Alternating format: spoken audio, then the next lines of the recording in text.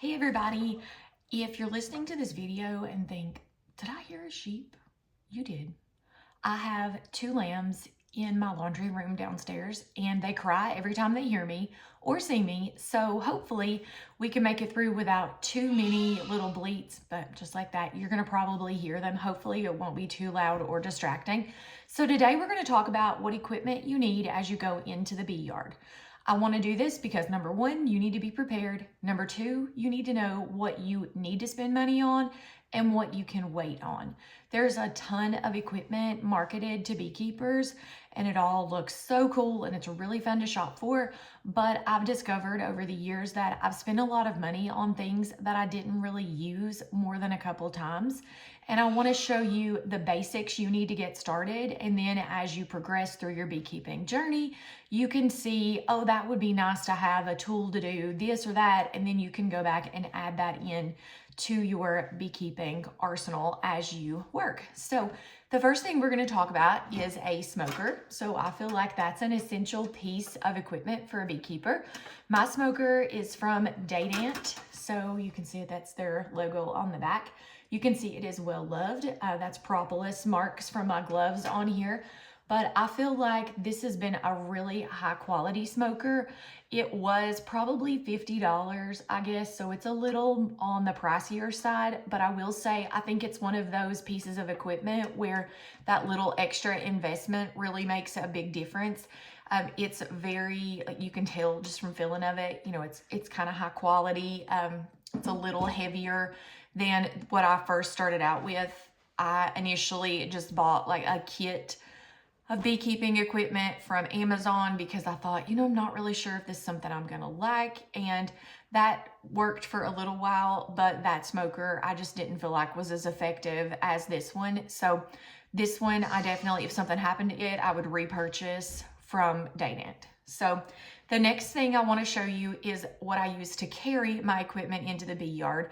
So once you get started beekeeping, you'll realize that there's a ton of stuff that you need to carry with you sometimes. And I struggled for a lot of years. I tried a lot of different things. So what I came up with was this, and it's just it's a toolbox, like a soft-sided toolbox. It's got a bunch of pockets on it, and then all my stuff fits on the inside.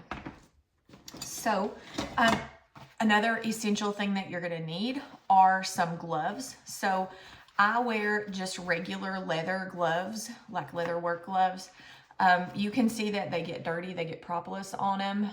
They were all that white color until I started wearing them. So I also these aren't too bad right now, but after they get, you know, so much propolis on them, stuff, they kind of get stiff. And I've just found it's easier to use these little gloves and, you know, be able to just trade them out for a new pair as I need to. You can buy beekeeping gloves, and we have a couple pairs that have like a big long sleeve that comes, you know, way up on your forearm, and that goes like up under the sleeve of your bee suit just to give you a little extra protection.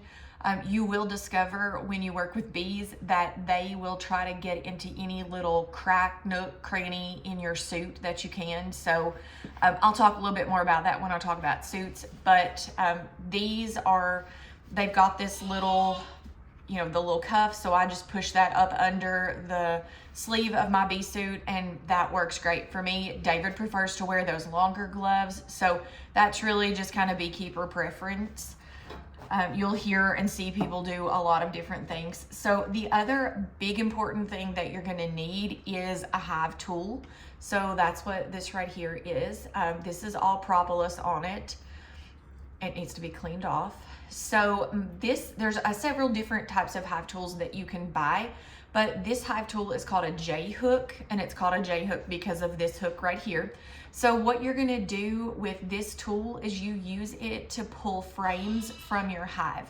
So when you go in and open a box, the bees are gonna have used propolis to glue down their frames, and depending on the time of year, sometimes it's kind of tough to get those frames out. So you take this end of the tool, you put it between the frames, you kind of wiggle it a little bit, and then for me, I use this piece and I put it underneath the wooden frame and just pull up, and that helps me grab a hold of that frame to pull it out of the hive.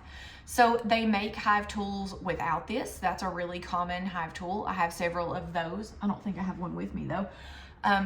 So this is kind of trial and error now as to find out, you know, which one you like.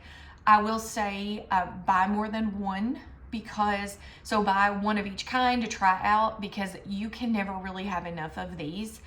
It is a piece of equipment that you always need with you every time you go into the hive. And it's also one of those things that you tend to lose. So we have them stuck everywhere we could possibly think of. So they're in our glove boxes, in the trucks, because it's inevitable. I have gotten to the hives before and realized I did not have a hive tool. So I've used like a screwdriver before and some other like questionable things for a hive tool. So definitely want to get a couple of those probably. And they're like $5 to $8. They're not very expensive. And another really great tip I have is to learn to beekeep with this in your hand all the time. So as I'm in my hives working, I grab a frame, I just keep this in my hand, and then I'm holding the frame like this. If you learn to do that from the start and just don't get in the habit of putting this down, and make sure bee life a whole lot easier, because you're not trying to look for this thing the whole time you're working. All right, so those I think are like the 3 essential things: a smoker, a pair of gloves, and a hive tool. So I'll just show you some other things that are in here for you. So as you're kind of shopping and stuff, you know, you may see those things. So along the smoker line though, you do need a lighter. I have discovered this is the kind of lighter I like best, and I keep multiples in my box because it never fails that one's out when I really need it. But what I like best about this is that it doesn't have this bar. You know, some of them have a little bar right here. When you get your gloves on, and I always light my smoker with my gloves on, when you get your gloves on and it's got some propolis on it and it's sticky, it's kind of hard to push that button if you've got that little bar there. So that's the kind of lighter I prefer. So just some other things that I've got in here. Oh, this is a hive entrance. That'll be something that you want to purchase with your hives when you purchase all of your woodenware. This just slides into the front of the hive where it's all open, and it just blocks down the amount of room the bees have for the entrance. So that just gives them less space to have to defend. So I'm sure that just randomly ended up in there. In my box, I have a couple of different things that we use to catch queens. All this stuff's covered in propolis, guys. So this is a one-handed queen catcher. Let's see, so you push this up and you can slide her in there. This is the one we like to use. I have no idea what that is. I think it looks like a push pop. She goes in there and you push her up in with this, and then this is what we use to mark queens with. This one has, well, this one doesn't have as big of a grid on it, or as much of a grid. So you can see all those little dots. So we use that, and then we use these paint pens. You can just buy them from Amazon to mark our queens with. So certainly not something that you have to start doing right away, but we just found that it was much easier to mark our queens. Bees that we sell, we always mark our queens. That way it's easy for new beekeepers to find the queens. I have several of these little queen cages. Let me see if I can find one that isn't dirty.